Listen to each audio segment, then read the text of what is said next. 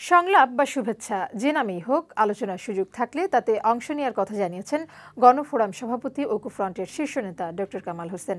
আমন্ত্রণ পেলে দলে এবং ফ্রন্টে আলোচনার পর সে সিদ্ধান্ত নেওয়া হবে বলে জানান তিনি। বৈশাখী টেলিভিশনকে দেয়া সাক্ষাৎকারে এসব কথা বলেন ঐক্যফ্রন্টের এই শীর্ষ নেতা। সাইদ খানের প্রতিবেদনে বিস্তারিত। একাদশ জাতীয় সংসদ নির্বাচনের ফল প্রত্যাখ্যান করে পুনর্নির্বাচনের দাবি জানিয়ে আসছে জাতীয় ঐক্যফ্রন্ট। এই দাবি আদায়ে কর্মসূচির পাশাপাশি সরকারের প্রতি সব দলের সাথে আলোচনারও আহ্বান জানায় ঐক্যফ্রন্ট।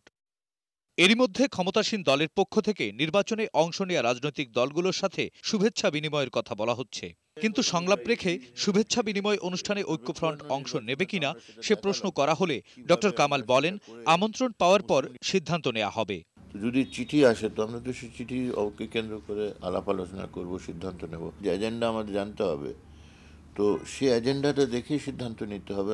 আমার একক না, আমাদের দলকে নিতে হবে, আমাদের অন্য দল যারা আছে সবাই তারা কি সিদ্ধান্ত নেয় সেগুলো দেখতে হবে। শুভেচ্ছা বিনিময় অনুষ্ঠানেও আলোচনার সুযোগ আছে উল্লেখ করে তিনি বলেন, সবকিছু নির্ভর করছে সরকারের সদিচ্ছা, জনগণ ও সংবিধানের প্রতি শ্রদ্ধাবোধের উপর।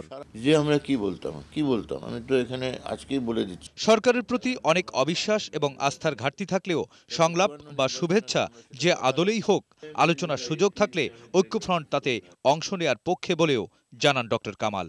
দেশের যে সমস্যাটা আমরা লক্ষ্য করছি, এটাকে একটা শান্তিপূর্ণভাবে, গঠনমূলকভাবে, দেশের স্বার্থে সমাধান করা যায় কিনা, তো এই প্রস্তাব নিয়ে আমরা যদি দেওয়ার সুযোগ থাকে, ওখানে শোনার আগ্রহ থাকে, যেটা আমি বিশ্বাস করি হওয়া উচিত, তেমন হোক এটা আমি চাই আর কি। সরকার বৃহৎ স্বার্থ বিবেচনা করে সমাধানের পথেই এগুবে বলে আশা প্রকাশ করেন ঐক্যফ্রন্টের এই শীর্ষ নেতা। আমি এখনো আশা করি, বিশ্বাস করি।